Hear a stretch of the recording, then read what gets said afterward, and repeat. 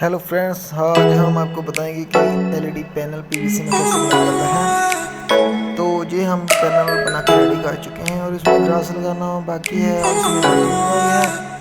और आप देखेंगे कि बनने के